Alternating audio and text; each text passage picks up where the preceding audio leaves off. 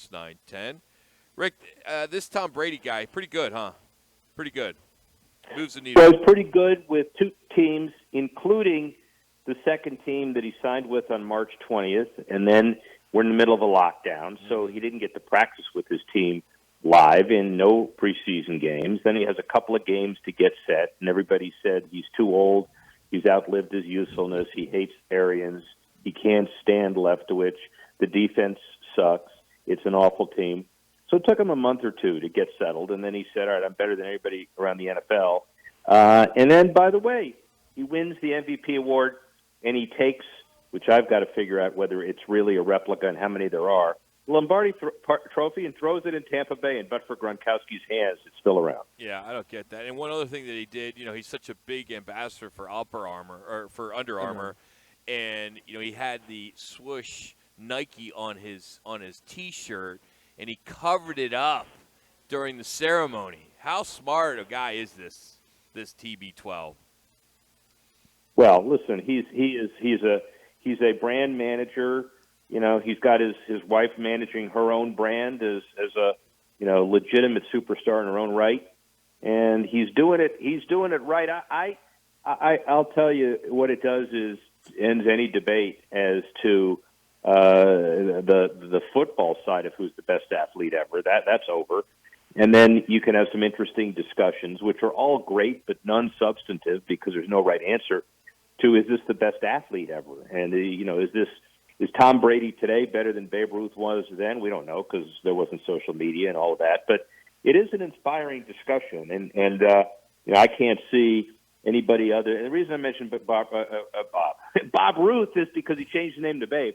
The reason I mentioned Babe Ruth is because, you got the Red Sox and the Yankees there and those generations. But imagine the guy starting over, and now for all of us old geezers, why not try to play until 50? Well, that's stupid. Well, yeah, it's stupid that somebody's going to be in 10 Super Bowls and get a seventh ring. So you never know. Rick, when you look at all the marketing that Tiger did before his fall from grace, looks like he's coming back a little bit. Are you surprised Tom Brady doesn't do more marketing, more ads, more products per se? Well, I think it's the personality. I don't know if this is the case, but there's got to be some discussion about how much is too much, and do you need, what is the equation where all of a sudden it's taking so much time that it's not worth the extra millions. It's relatively easy money because of his status, and I'm sure he's going to demand larger pieces of equity than any other athlete. And so his endorsements are not just valued by personal appearances; it's by the future of the company. And so even with that metric, if I'm managing Tom Brady, I would be extremely careful about the quality of his time relative to the quality of life. And I want him to stay healthy because I'd love to see him play until 60. George Blanda, everybody was talking 48. about him as pops, but but he was a kicker. Yeah. I mean, he was a quarterback, but not when he was 48. And so it was he wasn't a quarterback when he was 48. So the bottom line is that this is some superhuman that I am glad that I am in, a life where this guy's in it. I was going to say it about Tiger, and, we still haven't heard the last of Tiger, but, everybody admits that maybe one, maybe two more. It would be great if he's at two more majors, and then he's coming down 18, and you see Jack watching. I don't think that's probable. It still might be possible. With Tom Brady, who's going to say he's limited with anything? And if anybody says it, he's an idiot. How about in reference to Bruce Arians, head coach, and he's a little more gregarious, more outgoing, seems not quite as stoic as a lot of coaches that are out there. And in the National Football League, you don't see a lot of head coaches, but with his personality, will it take one more Super Bowl, or will somebody jump on him pretty quick to get some endorsements out there with his personality? Yeah, I'd love to see the kind of stuff that he would do, because he's a little bit of kind of an off-color kind of guy, jovial, but an incredible sense of humor. I've been around him, and obviously a really bright guy, and he relates to the players at that kind of level too. So I think if people wanted to jump on his bandwagon is really good as far as corporate opportunity. But us old guys in our 60s, people don't understand. It's like fine wine. When we age, but also we like the astronomical amount that I charge per appearance on your show. Yes. Most people can't afford it. Oh, wow. Well, I must have a whole stack of invoices. I forgot to send them. Sorry. It must be my age. No. Well, yeah, just make sure they keep going to that P.O. box, all right? Yeah. Right? Yeah, right. I understand. Hey, Yeah. Rick, we're trying to make sense of this Arizona Cardinals off-season, I should say, coming up, and where the salary cap may or may not be. We know there's a floor of 175, but we also know it definitely isn't going to go up by the $10 million we've seen each of the last 7 years. You know people, Rick. Come on, where's it going to be? Because we're trying to make sense of this Cardinals off-season, and we need to know, where's the salary cap going to land? It's going to be somewhere between where it should be and where it was. I think and of course that's a non-answer. Thank you, Governor. But I do think, yeah. How's that? Is that good? Yeah. That's right. And we're all coming back to post-vaccine, and here's the exact opening date. We don't know that either. So and what all the teams are doing is they're also dealing with an equal amount of uncertainty, and this year is one that we never had before off-season because, last off-season we still weren't really pandemicked to the point of signing players. We were well on our way until we got the number. And this year, we don't know what the number's going to be, but everybody's in the same boat. And so we're all jousting with players, and, of course, we're going to have some opportunities to maneuver. Some teams will realize that that's too expensive, so they'll go the draft route, and other teams will go the free agent route. And I think this year will be probably the most incredible offseason we've ever had because we have, many, many, many quarterbacks that feel like we're going to play musical chairs with those teams. He's Rick Horrow, the sports professor. You can follow him on Twitter at Rick Horrow. Rick, what Mark Cuban did with the Mavs and not wanting to, play the national anthem prior to the game, was that a test? Was he want to get the public's perception as well as if there'd be a backlash of sponsors and everything along those lines? Do you think that could have been a reason, one of his reasons? Well, you never know with Mark Cuban because he's a showman.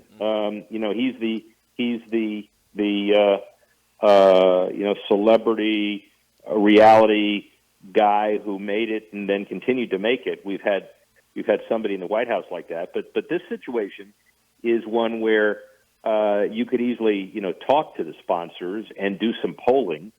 And I don't know if he did and therefore felt like it was okay to test and then got shot down.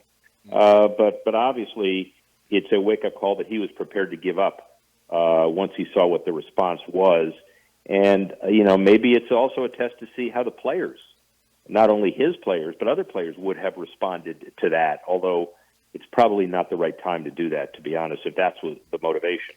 Rick, but, keeping guessing. And I think we were a little confused because he got the blessing from Adam Silver initially to do that. And then the next day the league came back and said, no, everybody will play their national anthem. Isn't Adam Silver the league, the spokesman? Did sponsors get a hold of other owners, or did the owners get a hold of Adam Silver? That was a confusing thing that really kind of came down from a lot of us, is that if you do that, you got the blessing from Adam Silver. Isn't that the league per se? Well, that's partially the point. All of this stuff is usually orchestrated very well. And I'm not dumping on Adam Silver, but remember we had a quick, not a reversal, but let's look at different opinions as to how far the NBA was going to stand behind the Daryl Morey tweet a year and a half ago after the China reaction, which was probably swifter and more severe than anybody in the NBA thought. And a lot of people were caught surprised by the kind of reaction by China than the NBA. So, these kind of things are all conditional, and you say, yeah, okay, but then you see what the reaction is, and things change. 2 minutes. Rick, we got about a minute, but Daytona 500 this weekend. I don't know. We're in a town that hosts 2 big races a year, and we have no buzz for NASCAR despite Pitbull and Michael Jordan now getting into sport. Do you see a change, or is it just maybe our market right now? Well, your market may be different. I don't know. I think probably NASCAR is still in its, issue of how to come out of the pandemic with sponsorship. It's a testament to the PIR folks that you have 2 races and you've had a championship. And there was a lot of discussion about making sure that Phoenix becomes kind of the next big destination. And I know when I was working with the NASCAR folks in ISC, they were throwing a lot of goodwill into the whole renovation of the track. And the no buzz is fairly unfortunate. We have some time now to try to figure it out. But after the Super Bowl, maybe it's just we have such a glut of sports, and maybe everybody is still kind of disappointed that they were ready to come back in droves, but the vaccine distribution and the variant won't let them. So I'm still not prepared to do a bake sale for any sports until we maybe look at the summer and figure out how long it's going to take for people really to come back. And if it's going to take a long time, and if the Olympics are in jeopardy, then we might start worrying. But I'm not worried yet. If Rick's not worried, we're not worried. That's right. Thank you, Rick. As always, we appreciate you, man. Have a good week. My only worry continues to be to get that darn parking space spot. Well, I can tell you, it's never going to happen. Well, I can tell you, under the circumstances, I get you all the parking you need right now. I mean, no problem. You tell me what facility, I'll get you, right up front. Problem. Right up front. Not a problem.